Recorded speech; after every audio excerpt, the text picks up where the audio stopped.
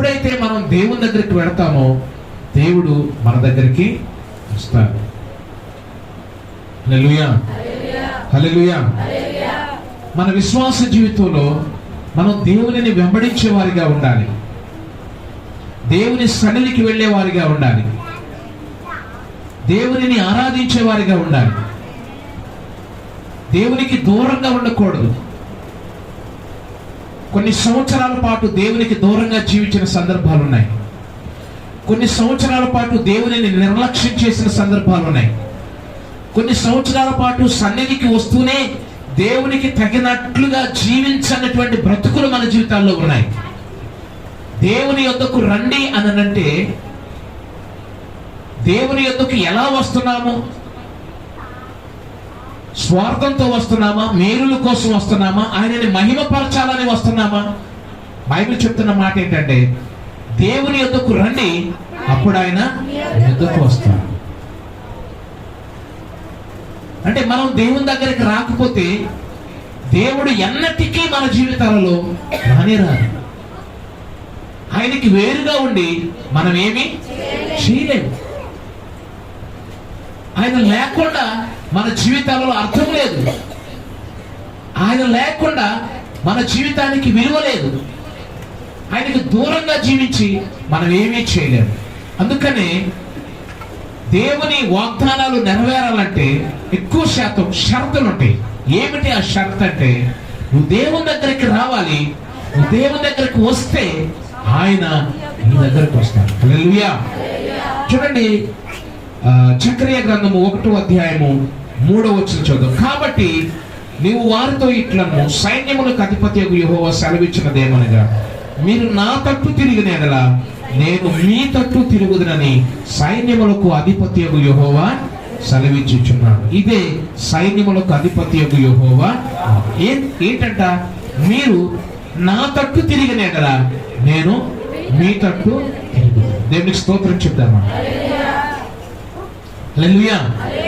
దేవుడు మన తట్టు తిరుగుట, దేవుడు మన తట్టు తిరగడం అంటే మన వైపు దృష్టి ఉంచడం, మన మీద కను దృష్టి ఉంచడం, మన యందు లక్ష్యం ఉంచడం. దేవుడు మన తట్టు తిరగడం అంటే దేవుడు మన మీద కను దృష్టి ఉంచడం. యెహోవా దృష్టి లోకమందంతటా సంచారము చేయుచున్నది. ఆయన యందు భయభక్తులు గల వారి మీదను, ఆయన కృప కొరకు కనిపెట్టుకుని వారి మీద ఆయన దృష్టి ఉంటుంది. ఆయన నీ తట్టు చూడడం అంటే ఆశీర్వాదం. ఆయన నీ తట్టు చూడాలంటే ముందుగా మనం ఏం చేయాలంటే, మీరు నా తట్టు తిరిగిన ఎడల నేను మీ తట్టు. అంటే ప్రతి ఆశీర్వాదము, ప్రతి వాగ్దానము షరతులు ఉన్నాయి. ఈరోజు స్వార్థంతో విశ్వాసాన్ని కొనసాగించకూడదు, ఈరోజు స్వార్థంతో భక్తి జీవితాన్ని కొనసాగించకూడదు. దేవుని వైపు తిరగరు, దేవుని యొద్దకు రారు, దేవుని సన్నిధిని లక్ష్యమించరు. కానీ అన్నీ జరగాలి, అన్ని ఆశీర్వాదాలు కావాలి, అన్ని దీవెనలు కావాలి. ఏ రోజు ప్రభుని మహిమపరచరు, ఏ రోజు దేవుని సన్నిధికి రారు. వారి జీవితంలో ఏదైనా అనర్థం, ఏదైనా నష్టం జరిగిందంటే వెంటనే వాళ్ళనే మాట అంటే, దేవుడు ఎంత అన్యాయం చేశాడు, దేవుడు ఎంత నష్టాన్ని కలుగు చేశాడు, దేవుడు మమ్మల్ని మర్చిపోయాడు. నువ్వు మర్చిపోయి ఎన్ని సంవత్సరాలు అవుతుంది? హల్లెలూయా. చాలా చోట్ల ఈ మాటలు వింటున్నప్పుడు నొచ్చుకుంటా ఉంటుంది నా హృదయం. బైబిల్ చెప్తున్న మాట, ప్రతి వాగ్దానము నీ జీవితంలో నెరవేర్చబడాలంటే నువ్వు చేయవలసింది ఉంటుంది. నువ్వు చేయవలసింది నువ్వు చేస్తే ఆయన చేయవలసింది ఆయన చేస్తారు. హల్లెలూయా. అంటే చాలా మంది కనెక్ట్ అవుట్లా. మీరు నా తట్టు తిరిగిన ఎడల నేను మీ తట్టు తిరుగుతాను. హల్లెలూయా. దేవుడు మన తట్టు తిరగాలంటే మనం ఎవరి తట్టు తిరగాలి? మన జీవితాల్లో మనం ఎవరి వైపు చూస్తున్నాం? మన జీవితాల్లో ఎవరి వైపు మన మనసు నుంచాం? ఎవరిని ఆధారం చేసుకున్నాం? హల్లెలూయా. ఈరోజు నీ జీవితాలలో ఆ వాగ్దానాలు నెరవేర్చ కొన్ని సంవత్సరాలైనా, పాస్టర్ గారు ప్రతి సంవత్సరము వాగ్దానం తీసుకున్నాం, ప్రతి సంవత్సరం సేవకులు వాగ్దానాలు చెప్తున్నారు, మా జీవితాలు ఇలాగే ఉన్నాయి, మా బ్రతుకుల్లో మార్పు లేదు, మా జీవితాలు ఎప్పటిలాగానే ఉన్నాయి. హల్లెలూయా. నేను ఈ సంవత్సరం చెప్తున్నాను, మీరు క్రీస్తు అనే బండ మీద మీ పునాదులు వేయండి.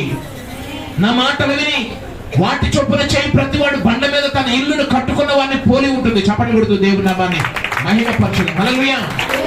ఎవరైతే దేవుని మాట వింటారో, ఎవరైతే ఆయన ఆజ్ఞలను అనుసరించి నడుస్తారో, ఎవరైతే ఆయన చిత్తాన్ని నెరవేరుస్తారో, ఎవరైతే ఆయన తట్టు తిరుగుతారో, ఖచ్చితంగా దేవుడు మీరు నా తట్టు తిరిగితే నేను మీ తట్టు తిరుగుతానంటున్నారు. దేవుడు పక్షపాతి కాదు. ఆయన వాగ్దానం చేసిన దేవుడు నమ్మదగిన దేవుడు. హల్లెలూయా. నీ జీవితంలో మార్పు లేదంటే దేవుని యొక్క తప్పు కాదు. దేవుడు మారని దేవుడు. ఆయన తన స్వభావానికి విరుద్ధంగా ఎప్పుడూ ఎవరి పట్ల ప్రవర్తించలేదు. దేవుని మాటలు ఎప్పటికీ అవి నెరవేరకుండా ఉండవు, అవి ఖచ్చితంగా నెరవేరుతాయి. కానీ మన జీవితాలు అలాగే అస్తవ్యస్తంగా ఉన్నాయి, బాధాకరంగా ఉన్నాయి, అగోచరంగా ఉన్నాయి, అర్థం కాని జీవితాలు ఉన్నాయి, గందరగోళంలో ఉన్నాం. కారణం ఏంటంటే మీరు దేవుని వైపు తిరగడం లేదు. పైకి భక్తి గలవారండి, దేవుని శక్తిని ఆశ్రయించిన వారిగా ఉన్నారు.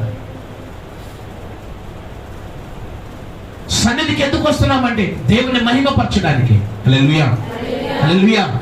పూర్ణ బలముతో అంటే దేవుని ఆరాధించే విషయంలో, దేవుని మహిమపరిచే విషయంలో, దేవుని గణపరిచే విషయంలో పూర్ణ బలముతో అంటే శక్తి వంచన లేకుండా నువ్వు ప్రభువుని ఆరాధించాలి.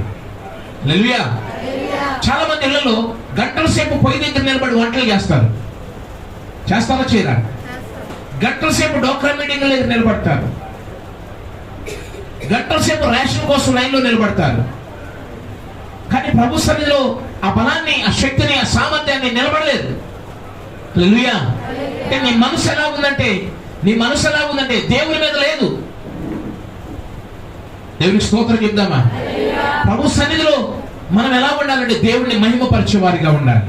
వాగ్దానం నెరవేర్చబడాలంటే ఖచ్చితంగా దేవుని మార్గంలో నడవాలి. హల్లెలూయా.